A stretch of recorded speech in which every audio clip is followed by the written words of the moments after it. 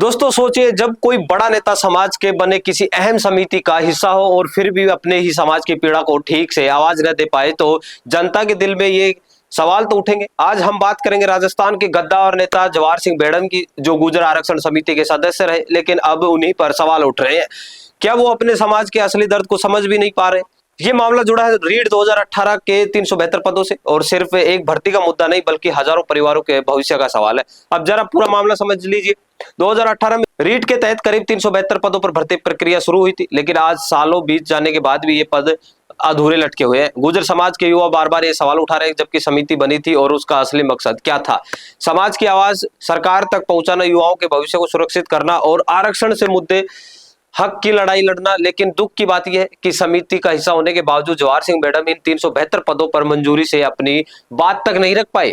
अब युवा का कहना है कि अगर समिति का सदस्य ही समाज का दर्द नहीं समझेगा तो फिर उम्मीद किससे करें? और ये बात सही भी है। ये सिर्फ एक भर्ती का मामला नहीं है, ये उस विश्वास का मामला है जो समाज अपने नेताओं पर करता है। गुर्जर समाज के हमेशा अपने नेताओं को कंधे पर बैठाकर आगे बढ़ाए, लेकिन जब उन नेताओं से उम्मीद टूटती है तो निराशा गुस्से में बदल जाती है। अब सवाल उठता है, क्या बेड़म जी अपनी पार्टी की मजबूरी में बंधे हुए या फिर वो सिर्फ राजनीति चुप्पी है ताकि सरकार को नाराज न हो जाए?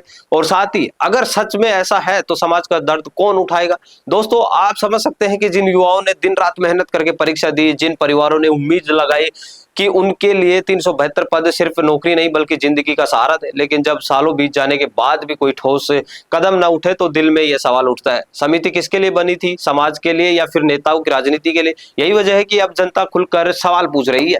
जब समय निकल गया और मौका हाथ से गया तो समिति का अस्तित्व किस काम का?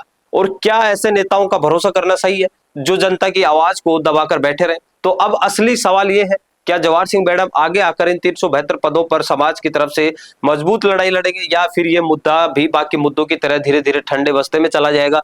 दोस्तों, ये सिर्फ गुर्जर समाज का मुद्दा नहीं है बल्कि हर उस युवा का सवाल है जो सिस्टम से उम्मीद लगाए बैठा है।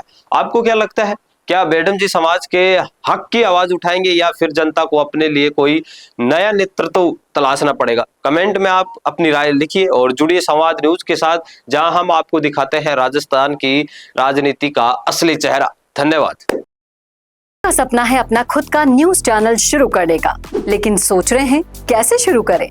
तो आप चिंता छोड़िए, क्योंकि आपके पास है एक ऐसा मीडिया पार्टनर जिसके पास है तजुर्बा, तकनीक और तगड़ा ट्रैक रिकॉर्ड।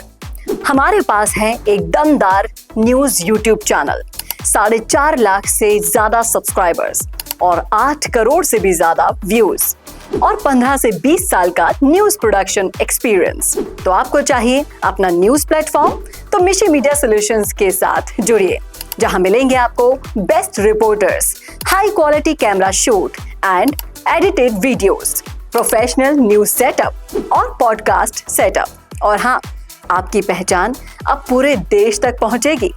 और तो और, हम लाए हैं आपके लिए सिंगल, मंथली और बल्क वीडियो पैकेजेस। तो अब ना होगी किसी एंकर की टेंशन और ना एडिटर हायर करने का झंझट। तो इंतजार किस बात का है? आज ही जुड़िए मिशी मीडिया सॉल्यूशन से और बनाइए अपना खुद का न्यूज ब्रांड। अधिक जानकारी के लिए अभी कॉल करें।